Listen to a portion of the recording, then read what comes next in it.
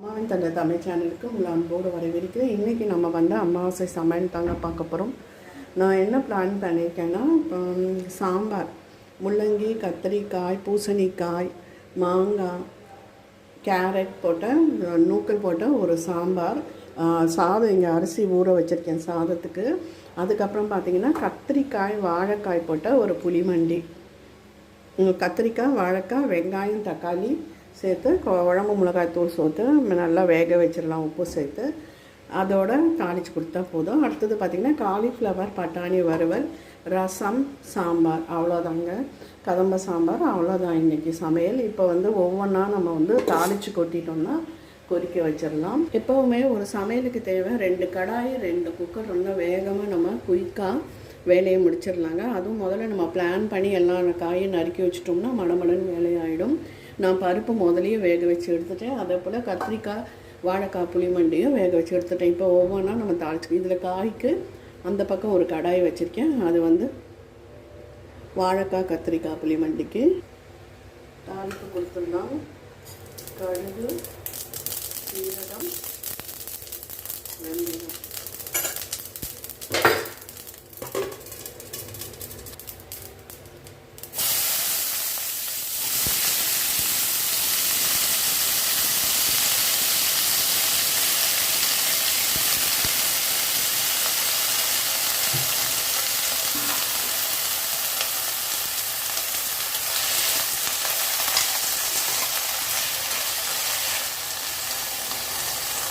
இப்போது காய்கறி எல்லாம் வறுத்து கொடுத்துடலாம். இப்போ பார்த்தீங்கன்னா காயெல்லாம் வதங்கியாச்சு. நம்ம சாம்பாரையும் நான் கூட்டிட்டேன். காய் இதை ஏற்றிட்டேங்க. இந்த பக்கம் வந்து புளிமஞ்சி ரெடி ஆகிடுது.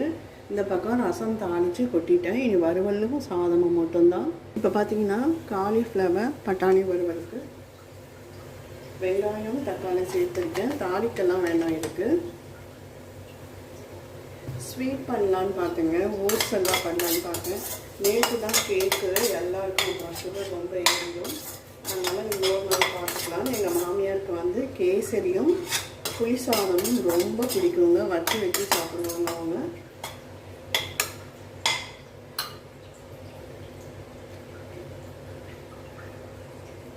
இப்போ இது வதங்கட்டும், பார்க்கலாம். அது வதங்கிட்டே இருக்கட்டும்ங்க. நம்ம இந்த இதில் இருக்கிற பாத்திரத்தை விளக்கிடலாம். இந்த மாதிரி நம்ம செய்யும் போதே ஒரு பக்கம் அந்த வேலையும் பார்த்துட்டு இந்த வேலையும் பார்த்துக்கலாம். காலையில் எழுந்தோன்னே குளிச்சுட்டு பெருக்கி தொடச்சிட்டு பூஜை பண்ணிட்டேன். அதுக்கப்புறம் பருப்பு எல்லாம் காய்கறி எல்லாம் பூஜை முடிச்சோன்னா காய்கறி எல்லாம் ரெடி பண்ணி வச்சுட்டு ஒவ்வொன்றா சமையல் முடிச்சிடலாம். சாதம் இங்கே வந்து அரிசி ஊற வச்சுருக்கேன். இப்போ அடுப்பு தான் காலியாகல. அடுப்பு காலியானோன்னா இதை நம்ம ஏற்றிடலாம். எப்போவுமே கவுண்டர் டாப்பில் நிறைய சாமானை வந்து ரொட்டி வைக்க வேண்டாம். இந்த வேலை முடிஞ்சா பருப்பு கொட்டி அந்தந்த இடத்துல வச்சுட்டா நமக்கு அந்த கவுண்டர் டாப்பும் காலியாக இருக்கும். வேலை செய்கிறதுக்கும் நமக்கு ரொம்ப பிடித்தமாக இருக்குங்க. ஈஸியாகவும் இருக்கும். சாமான் பூரா நிறைஞ்சிட்டு அப்புறம் கடைசியாக க்ளீன் பண்ணிக்கலாம். அப்பப்போ எடுக்கிறீங்களா, அப்பப்போ அந்தந்த இடத்துல வச்சு பழகிட்டோன்னா நமக்கு வேலையும் சுலபமாக முடியும். முடிக்கிறோமா, பருப்பு எடுத்தோம்னா அது ஃப்ரிட்ஜில் எங்கே வைக்கணுமோ அங்கே வச்சு எடுத்துடலாம். இப்போ இதோட காலிஃப்ளவர் பட்டாணி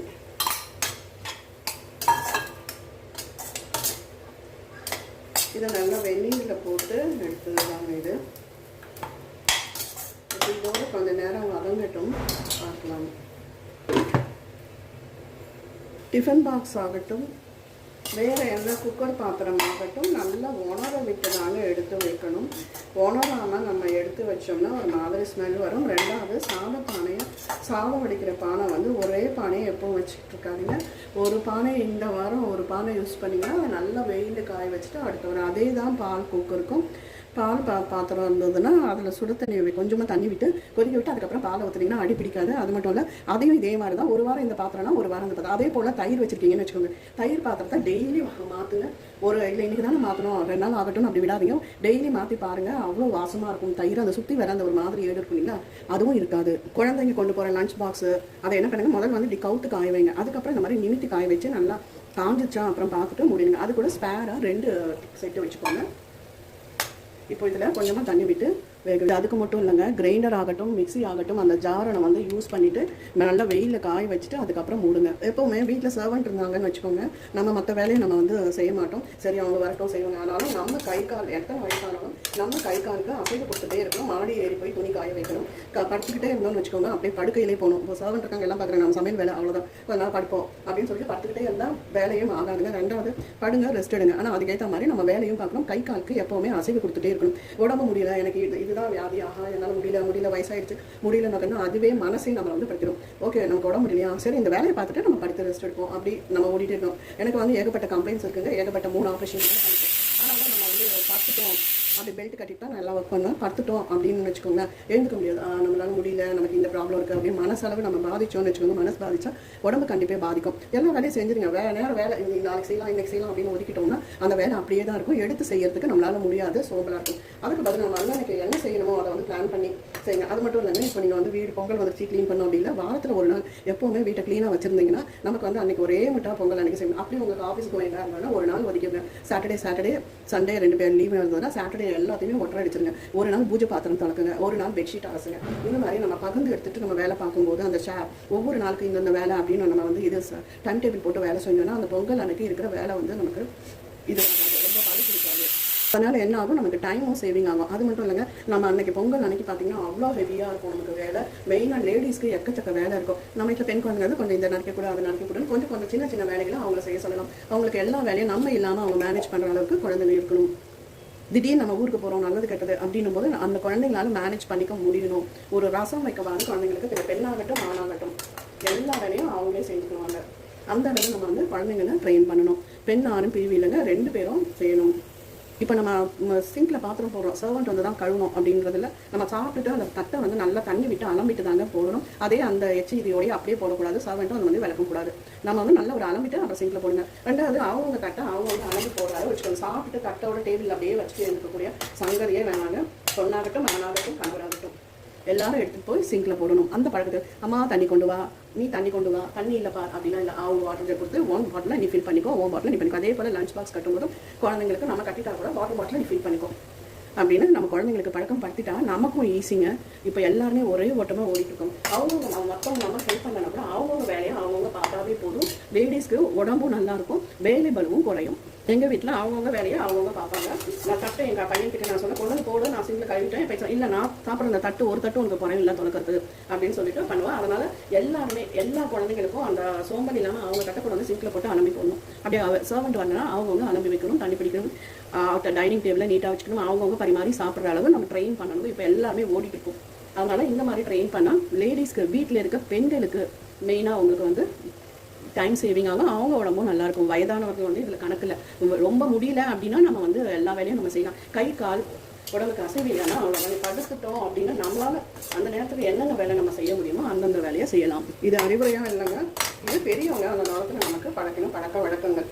இப்போயே குழந்தைங்க இந்த பழக்க வழக்கம் பழகினாங்கன்னா பின்னாடி பிற்காலத்தில் எல்லாமே அவங்களுக்கு நல்ல ஒரு ஒழுக்கமான குழந்தைங்களாக வளருவாங்க. அதனால் குழந்தைங்கள்லேருந்து நம்ம இந்த பழக்க வழக்கத்தை கொண்டு வரணும். பாச பிணைப்பை உறவு முறைகளை அன்பை சொல்லி வளங்க. அவங்கவுங்க மதத்தில் அவங்கவுங்களுக்குரிய அந்த புராணங்கள் இருக்கும் இல்லைங்களா, அந்த கதையை சொல்லி அவனோட பாடத்தையும் சொல்லுங்க. கண்டிப்பாக அதை கேட்டு வளர்கிற குழந்தைங்க பிற்காலத்தில் நல்ல ஒரு ஒழுக்கமான குழந்தைங்களா வரும். இப்போ பார்த்தீங்கன்னா வறுவல் ரெடி ஆகிடுச்சு. எடுத்துக்கலாம், சாம்பார் போட்டு கொதிக்க விட்டால் போதும். அதே போல் ஒருத்தர் மேலே நம்ம வன்மமோ வச்சுக்கக்கூடாதுங்க. வன்மமோ வஞ்சமோ போராமையோ எதுவும் வச்சுக்கக்கூடாது. பாண்டிச்சேரி அண்ணன் என்ன சொல்லியிருக்காங்க, இப்போ எதிர்க்க ஒருத்தி கூட நம்ம ஒருத்தவங்க இருக்காங்க, இவ என்ன இப்படி இருக்கா அப்படின்னு அவளை பற்றி நம்ம நெகட்டிவாக நம்ம நினச்சோன்னா, எதிர்மறையாக நினச்சோன்னா அவளும் அதே மாதிரி தான் நம்ம நினைப்பாங்க. அதுக்கு பதில் இவங்க ரொம்ப பொறுமைசாலி போல இருக்குது, இவங்க ரொம்ப நல்லவங்க போல இருக்குது அப்படின்னு நம்ம நினச்சோன்னா அதே இதுதான் அவங்களும் நமக்கு இது பண்ணுவாங்க. நம்ம என்ன நினைக்கிறோமோ அதுதான் நமக்கு திருப்பி கிடைக்கும். அவங்க பாண்டிச்சேரி அண்ணையோட புக்ஸ்லாம் வாங்கி படிங்க. குழந்தைங்களுக்கு நிறைய புக்ஸ் வாங்கி கொடுங்க, நீதி கதைகள்லாம் வாங்கி கொடுங்க, குழந்தைங்க படிக்கட்டும். நம்மளும் சொல்லணும். அதுக்கு வீடியோ கேம்ஸு டிவி அப்படின்னு பார்த்து இது பண்ணுறதுக்கு பதில் இந்த மாதிரி குழந்தைங்க படித்தாங்கன்னா அவங்களோட நாலேஜும் வளரும். அதோட மற்றவங்க கிட்ட எப்படி நடந்துக்கிறதுன்றதும் அவங்களுக்கு புரியும். இது பார்த்திங்கன்னா சாம்பாரும் கதம்ப சாம்பாரும் ரெடியாக எடுத்து சாதம் மட்டும் வெந்துட்டுருக்குங்க. அவ்வளோதான். நம்ம திட்டம் போட்டு நம்ம இந்த மாதிரி பிளான் பண்ணி நம்ம சமையல் செஞ்சோன்னா சீக்கிரமாக முடிச்சிடலாங்க. கண்டிப்பாக இந்த வீடியோ பிடிச்சிருந்தால் லைக் பண்ணுங்கள், ஷேர் பண்ணுங்கள், சப்ஸ்கிரைப் பண்ணுங்கள். நான் ஷேர் பண்ணது குழந்தை வளர்ப்பில் முக்கிய பங்கு வந்து தந்தை தாய்க்கு இருக்குது. இந்த வீடியோ பிடிச்சிருந்தால் லைக் பண்ணுங்கள், ஷேர் பண்ணுங்கள், சப்ஸ்கிரைப் பண்ணுங்கள், கமெண்ட் பண்ணுங்கள். நன்றி.